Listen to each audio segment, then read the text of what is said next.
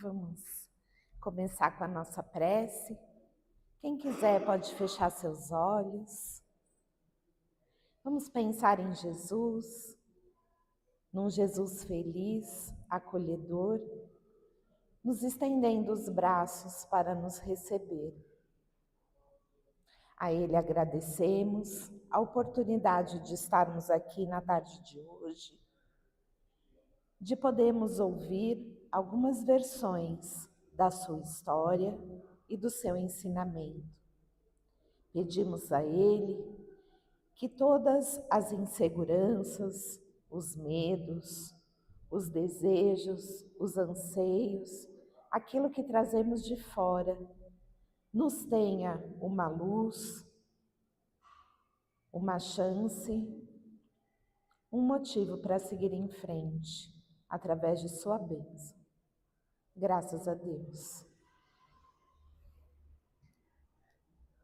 Hoje, a gente traz a todos 3 virtudes que são as que resumem todos os ensinos de Jesus: fé, gratidão e esperança. Lógico que o amor é o maior ensinamento de Jesus, mas desenvolvendo essas 3 virtudes, o amor e a caridade vão chegar até nós por consequência, pelo amor mesmo de Jesus. E hoje o desafio é procurar motivos para a gente continuar caminhando, seguir a vida com fé, gratidão e esperança, em todos os momentos, mesmo naqueles difíceis. Que nem essa criança, né, brincando com a água, se divertindo com a chuva.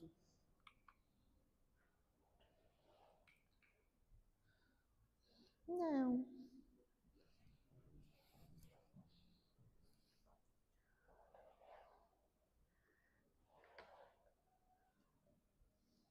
Rô, me salva. Tá, não tá funcionando nem aqui no...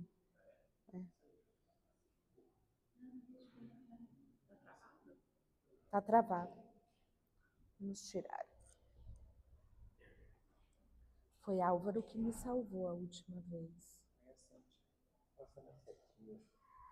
Agora foi. Foi. Vai, obrigada. Já que a gente está na época de Copa do Mundo, esse é o gaúcho da Copa, que desencarnou há alguns anos, antes da última Copa até. Mas é um símbolo, para quem já viveu muitas Copas como eu, que a gente lembra da televisão, né? Que antes do jogo estava lá, com a taça. E esse olhar dele nos transmite isso. Que a maioria de nós deve estar, né? Vamos para o Hexa, né? Com fé, com gratidão por ter tantos craques na nossa seleção, com esperança de sou a favor do Neymar, sou contra o Neymar, mas vamos lá, o Brasil vai ganhar, né? Essa é a foto dele no dia do 7-1 da Alemanha, no final do jogo, né? É fácil a gente ter fé, a gente demonstrar gratidão e a gente sentir esperança quando tudo está bem, antes do jogo, com todo mundo bem, com aquela atmosfera de é isso, vamos ganhar, de confiança, de estar tudo bem. Mas depois do 7-1 é mais difícil. É mais difícil acreditar que a seleção possa voltar a ganhar de novo, né? E cada um de nós tem o seu 7-1 particular nesse momento da vida. Alguns com um 7-1 mais tranquilo. Estou passando por uma dificuldade financeira. Outros têm o seu 7-1 num desafio maior.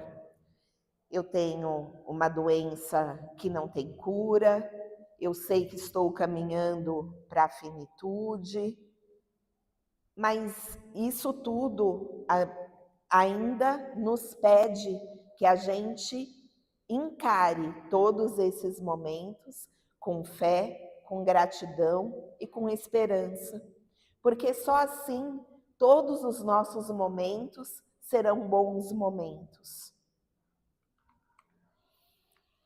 A fé é que nos sustenta. A fé é o primeiro sentimento que consegue despertar esses outros em nós. A fé é mais do que acreditar, é sentir, é ter certeza. Assim como os outros sentimentos, a gratidão e a esperança, a fé pode ser trabalhada, construída. Jesus nos traz uma grande amostra da fé, da necessidade da fé, na passagem em que ele acalma o mar. Essa passagem está em 3 evangelhos, o de Mateus, de Marcos e de Lucas. E os 3 narram até detalhes de que Jesus estava dormindo na parte de trás do barco, em cima de uma almofada, tranquilamente. E o mar começa a se revoltar. O barco começa a encher de água, as ondas começam a aumentar de tamanho, a tempestade vem chegando.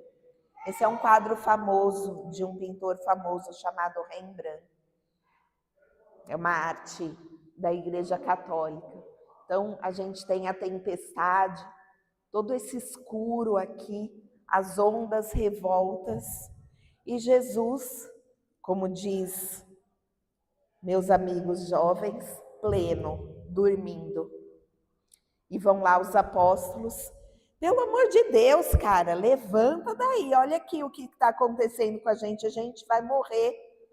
Nos 3 evangelhos tem essa frase, né? Jesus, nós vamos morrer. Jesus levanta, eu até vejo, né?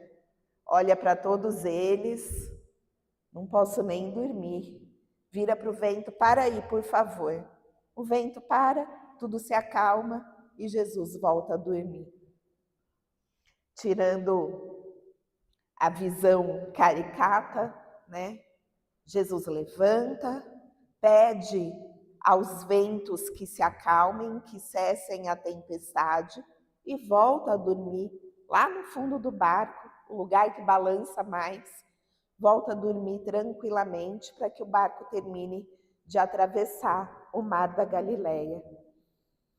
Jesus não tem dúvida de que Deus está com ele naquele momento. E os apóstolos, depois que Jesus volta a dormir, ainda ficam falando: que cara é esse que até o vento obedece? Até o vento obedece. Até o vento pode obedecer a gente também. E o vento lá de fora.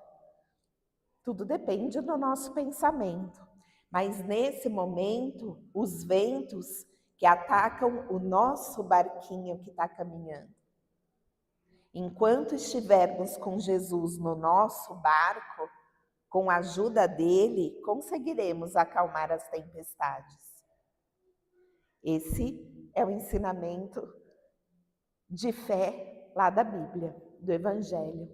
A presença de Deus não elimina as provas, só nos ajuda a atravessá-las. A doutrina espírita também fala para a gente da fé. Só que a doutrina nos propõe uma fé raciocinada. Em vários capítulos do Evangelho segundo o Espiritismo, e mesmo através dos ensinamentos que os espíritos colocam para Kardec nas suas respostas, lá no Livro dos Espíritos, o que nos propõe é uma fé raciocinada, ou seja, que a nossa razão nos impulsione para o sentimento dessa fé. Que exista uma certeza dentro de nós, e não numa fé cega, Por que você acha que Jesus é um exemplo para você? Porque me disseram que é? Ou porque eu realmente entendo que quando o meu pensamento se junta com o dele, a tempestade que está em volta do meu barco se acalma? É isso que nos propõe a doutrina. A fé, para ter fé, é preciso uma base. E essa base é a consciência perfeita daquilo em que se deve crer. Para crer, não basta ver, é preciso, sobretudo, compreender. Se eu não compreendo, se eu não entendo a prece que eu faço, o pedido que eu faço a Deus, como é que ele vai poder ser forte, ser ouvido? Como é que ele vai mobilizar o meu sentimento, o meu pensamento, se eu não acredito naquilo? Se eu começo uma oração de uma forma mecânica. Pai nosso que estás no céu, santificado seja o vosso nome, sem prestar atenção naquilo que eu estou dizendo. É diferente. Mesmo que eu fale nessa voz, Pai nosso que estás no céu, eu estou pensando que Deus está lá, que Ele é meu Pai, não necessariamente na minha compreensão individual, no céu, na nuvenzinha, mas está acima de mim. E que o nome dele seja santificado, que eu seja capaz de alcançar o seu reino, aonde a vontade dele nos proporciona ser feliz. Por isso, a fé raciocinada nos dá uma base maior para que a gente caminhe. Existem frases interessantes sobre fé, e uma delas é: fé é primeiro você pôr o pé e depois Deus coloca o chão. Então, se eu tenho certeza dentro de mim, se faz sentido aquilo que eu estou pensando, é mais fácil de eu acreditar. Então, de acordo com o Espiritismo, a fé que sustenta não é uma fé cega, é a confiança consciente nas leis divinas. Eu tenho certeza daquilo que eu estou pensando, que eu estou pedindo, que eu estou recebendo e que eu estou orando. Chico também nos traz um exemplo de fé. Chico teve uma infância muito difícil. A mãe dele desencarnou quando ele tinha 5 anos de idade. E o pai tinha muitos filhos e pediu para que cada familiar cuidasse de um dos filhos.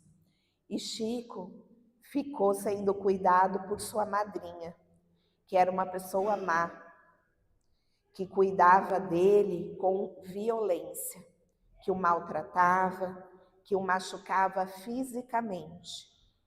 Mas Chico tinha um conforto.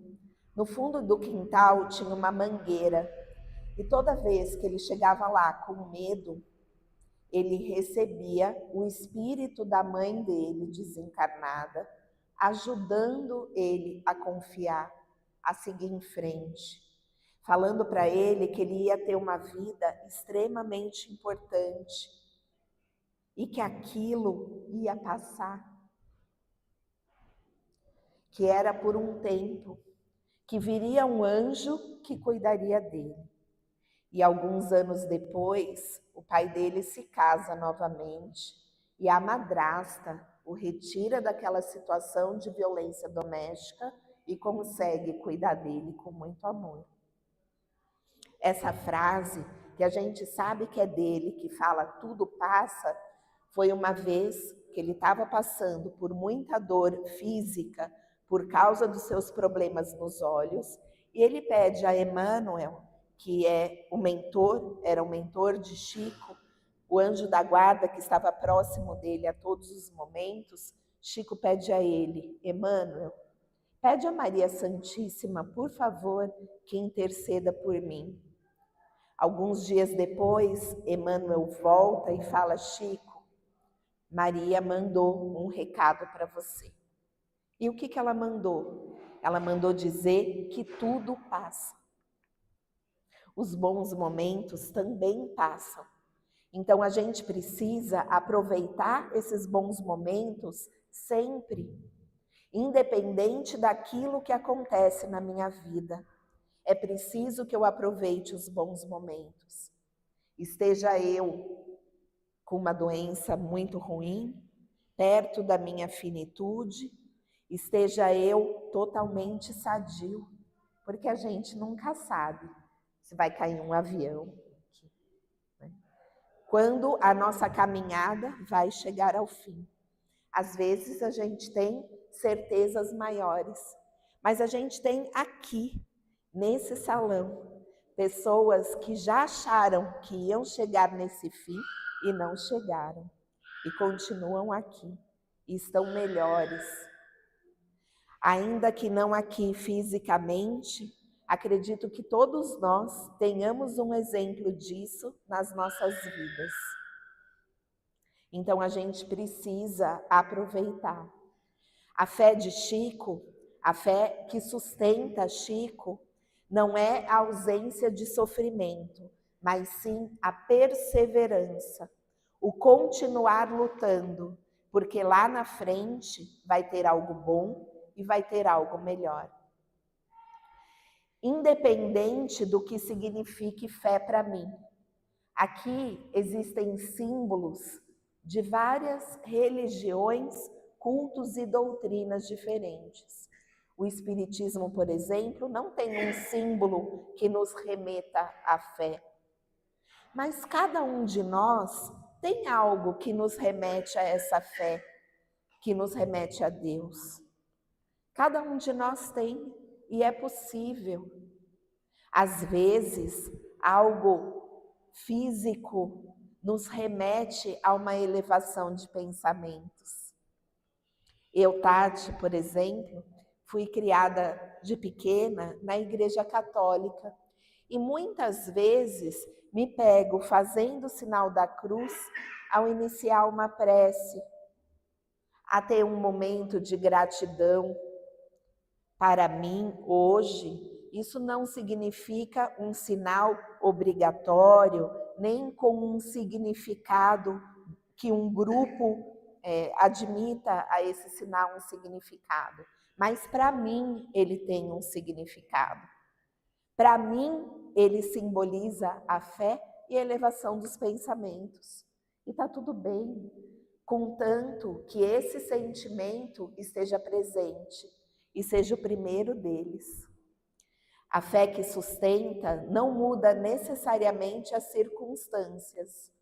Primeiro, ela muda a nós mesmos. Quando a gente consegue ter essa fé e caminhar, a gente é capaz de ter outros pensamentos e outros sentimentos. A gratidão, por exemplo, é um deles. O sentimento de gratidão libera no nosso organismo hormônios do bem-estar como nenhum outro sentimento ou situação liberam. Fisicamente, a gratidão para o nosso corpo físico é o melhor sentimento que pode existir. Ele nos faz nos sentir poderosos, felizes, capazes de saltar, de correr, de gritar, mas por um sentimento bom, diferente da adrenalina que nos traz luta e fuga, força para a gente lutar e se defender de alguma coisa. A gratidão nos traz a vontade de comemorar. E por isso ela nos transforma. Temos um exemplo de Jesus no Evangelho, que é a parábola dos 10 leprosos. Jesus estava caminhando, encontrou um grupo de 10 pessoas doentes, com lepra. Aquelas pessoas eram colocadas de lado da sociedade, como era uma doença contagiosa, e ainda é. Hoje a gente ainda tem casos, hoje tem tratamento, mas essas pessoas eram colocadas à margem da sociedade, impedidas de conversar com todos. Num belo dia, já com a fama de suas curas e da possibilidade da cura física de quem encontrasse Jesus, Jesus estava passando e um grupo de 10 homens, acometidos pela doença, pede a ele que os cure. E Jesus fala assim: precisa de alguma coisa, Rô? Não? É difícil às vezes.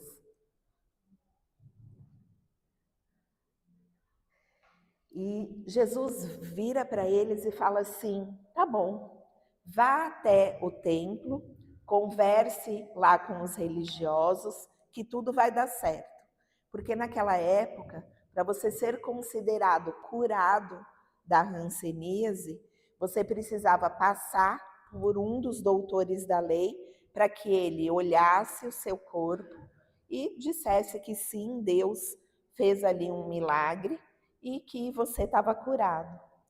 Neste caminho, os 10 então saem juntos e vão até o templo, até a sinagoga. E nesse caminho, o corpo deles vai sendo limpo da doença. Um deles volta para agradecer Jesus. Só um volta para agradecer Jesus. E ele vai, chega até Jesus e fala que ele era samaritano e naquela época era um povo mais marginalizado. Se hoje no nosso mundo nós temos preconceitos, há 2000 anos atrás os preconceitos eram muito maiores e por muitos outros motivos. Um deles era pelas pessoas da Samaria. E esse jovem vira para Jesus e fala: e, além de tudo, eu sou samaritano. Muito obrigada. Eu agradeço ao Senhor e eu louvo a Deus por ter me concedido essa cura. E Jesus fala assim: mas cadê os outros 9? E esse jovem nem responde por nada. E Jesus fala assim: a tua fé te curou. Pode ir, não peques mais. A Bíblia fala para a gente que isso significa que este que voltou para agradecer era o que realmente ia ter uma cura duradoura, porque ele mudou por dentro, porque ele entendeu que aquela cura vinha de dentro dele. A gratidão é que sustentará esse sentimento bom ao longo da vida. A gratidão amplia, portanto, a nossa percepção pelas bênçãos recebidas, porque a gente recebe o tempo todo, mesmo nos maus momentos, mesmo na chuva, mesmo nas pedras do caminho, sempre temos algo a agradecer por estar vivos naquele momento, por estar respirando, por ter um teto. Às vezes não ter o teto é importante para a nossa